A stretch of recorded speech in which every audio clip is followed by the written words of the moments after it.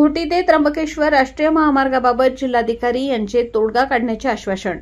अन्याय करू नका, आमदार हिरामण खोसकर यांची मागणी. घोटी ते त्र्यंबकेश्वर प्रस्तावित राष्ट्रीय महामार्ग कामामुळे बाधित होणारे शेतकरी व रहिवासी यांच्यावर अन्याय होऊ देणार नाही, याबाबत लवकरच सकारात्मक तोडगा काढू, असे ठोस आश्वासन नाशिक जिल्हाधिकारी यांनी दिले आहे. आहुर्ली येथे या रस्त्यामुळे बाधित प्रकल्पग्रस्तांचे साखळी उपोषण सुरू आहे. या उपोषणाला आज 11 दिवस झाले आहेत. दरम्यान आमदार हिरामण खोसकर यांनी या प्रकरणी मध्यस्थी करत जिल्हाधिकारी व प्रांत अधिकारी यांच्याशी कृती समितीचे शिष्टमंडळ पदाधिकारी यांची भेट घडवून आणली. या भेटीत प्रशासनाने अतिशय सकारात्मक भूमिका घेतली. जिल्हाधिकारी आयुष शर्मा यांनी शिष्टमंडळास आश्वस्त केले की शासन व प्रशासन बाधितांचे म्हणणे ऐकून घेईल व यावर योग्य व न्यायपूर्ण मार्ग काढेल.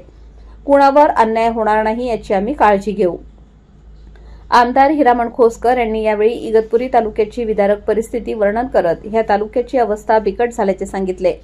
कृती समितीचे अध्यक्ष Nagesh Gaikar, advocate Arun Porsche, advocate Ratankumar इत्सम, सचिव गोरख वाजे आदींनी यावेळी बाधितांच्या वतीने समस्या मांडल्या. या प्रकल्पामुळे कितीतरी शेतकरी, रहिवासी, भूमिहीन व बेघर होणार असून विस्थापित होणार आहेत. या भूमिपुत्रांनी जावे तरी कुठे, असा आर्त सवाल केला. या बैठकीस जिल्हाधिकारी, प्रांत, तहसीलदार, आमदार हिरामण खोसकर आदींसह शेतकरी कृती समितीचे अध्यक्ष Nagesh Gaikar, advocate Arun Porsche, advocate Ratan इत्सम, सचिव गोरख वाजे, उपाध्यक्ष विवेक कुटके, उमेश खताळे, तानाजी साहेभावे, उत्तम खान बहाले, अॅडव्होकेट प्रभाकर खराटे व शेतकरी उपस्थित होते.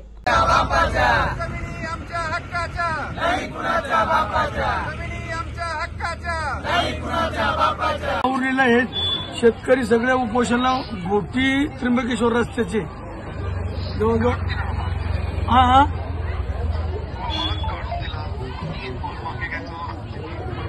बरं, उद्या आहे का आपण? मग आपण कधी भेट, म्हणजे आम्ही सगळे येतो काय?